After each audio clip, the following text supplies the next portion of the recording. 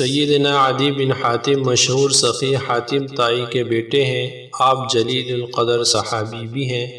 آپ روٹی کے ٹکڑے کر کے چیونٹیوں کے سوراخوں کے سامنے پھینکتے تھے اور فرماتے تھے کہ یہ جاندار ہمارے پڑوسی ہیں اور ہم پر پڑوسی کا حق ادا کرنا واجب ہے۔ باپ کی عادات و خصائل اولاد میں ضرور منتقل ہوتی ہیں۔ ایک بار سائل نے عدی بن حاتم سے سوال کیا کہ 10 درہم دے دے۔ آپ نے قسم اٹھائی کہ تجھے 1 درہم بھی نہیں دوں گا، کیونکہ تم نے اتنے بڑے سخی کے بیٹے سے 10 مانگ کر اس کی توہین کی ہے۔ جب سائل جانے لگا تو آپ نے واپس بلایا اور فرمایا، اگر میں نے رسول کریم صلی اللہ علیہ وآلہ وسلم سے نہ سنا ہوتا تو تمہیں 1 درہم بھی نہ دیتا۔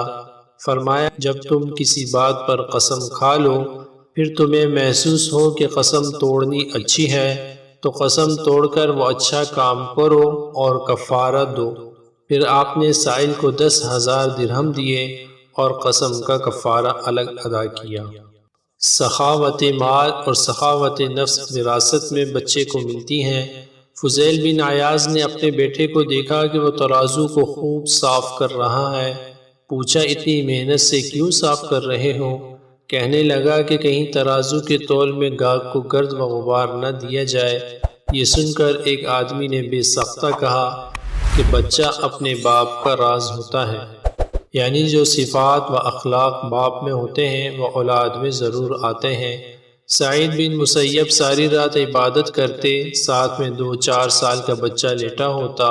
اس کو مخاطب کر کے فرماتے، یہ مشقت میں تمہارے لیے کر رہا ہوں، یعنی میری عبادت و نیکی کا اثر تم پر پڑے، اس لیے اتنی محنت کرتا ہوں، کیونکہ اچھی اولاد دنیا میں نیک نامی اور آخرت میں نجات کا ذریعہ بنتی ہے۔ اگر اولاد سے دنیا و آخرت کی بھلائی لینی ہے تو پہلے اس کے سامنے نیکی و بھلائی کیا کریں، کیونکہ بچہ باپ کا راز ہوتا ہے۔ بچہ وہی کرتا ہے جو باپ کرتا ہے۔ اولاد کو نیک بنانے کے لیے خود کو نیک ہونا پڑے گا۔ جزاک اللہ۔